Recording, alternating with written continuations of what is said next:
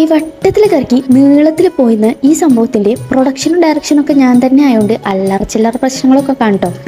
തുടങ്ങാലേ. ആദ്യം തന്നെ 2 സ്പൂൺ തൈര് ഇട്ട് കൊടുക്കുക, പിന്നെ ഇഞ്ചി വെളുത്തുള്ളി പേസ്റ്റ് ഇട്ട് കൊടുക്കുക, മുളകും കൂടി, പിന്നെ നമ്മൾക്ക് ഒരു ചെറിയ നാരങ്ങ, മുളക് പൊടി, മഞ്ഞപ്പൊടി, ഗരം മസാല, ഉപ്പ്, പിന്നെ കുറച്ച് കോൺഫ്ലവർ കൂടിയും പിന്നെ കളറിന് വേണ്ടി റെഡ് കളർ ഫുഡ് കളറും കൂടി ചേർത്ത് നല്ലപോലെ മിക്സ് ചെയ്ത് കൊടുക്കുക. എല്ലാം കൂടി നല്ലപോലെ മിക്സ് ആക്കി അടക്കം ഒതുക്കില്ലാത്ത ഈ കോഴിനെ നമുക്ക് അടക്കം ഒതുക്കം ഉണ്ടാക്കാൻ വേണ്ടി ഒന്ന് കെട്ടിയിട്ട് കൊടുക്കുക. അങ്ങനെ കൈയും കാലൊക്കെ പിടിച്ച് കെട്ടിയിട്ട ശേഷം ഇതുപോലെ കടത്തി പിന്നെ തലങ്ങും വിലങ്ങും കുറച്ച് കീറിട്ട് കൊടുക്കണം.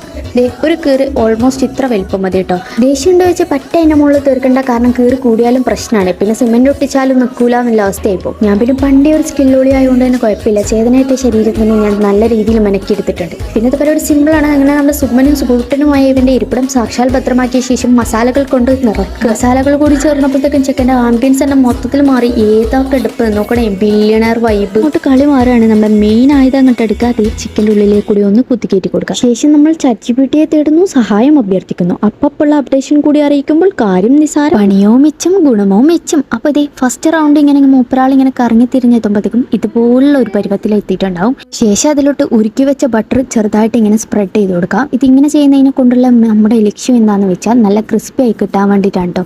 സ്കിന്നൊക്കെ ഒന്ന് പൊള്ളിച്ചുരുക്കി അങ്ങ് ക്രിസ്പി ക്രഞ്ചി ആവണം, അതാണ് നമ്മുടെ മെയിൻ ലക്ഷ്യം. ഇനി വീണ്ടും ഒന്ന് കറക്കിയെടുത്ത ശേഷം അവസാനം ഫൈനലായിട്ട് ഇങ്ങനെ ഒരു പരുവത്തിൽ കിട്ടും. കണ്ടില്ലേ ആളുടെ ഒരു കിടപ്പ്. അങ്ങനെ അവനെ നമുക്ക് നല്ലൊരു പാത്രത്തിലിട്ട് നല്ലോണം ഒന്ന് ഗാർണിഷ് ചെയ്താൽ സംഭവം ഇതുപോലെ ആയിരിക്കും. അപ്പം എങ്ങനെയാ, ട്രൈ ചെയ്യല്ലേ?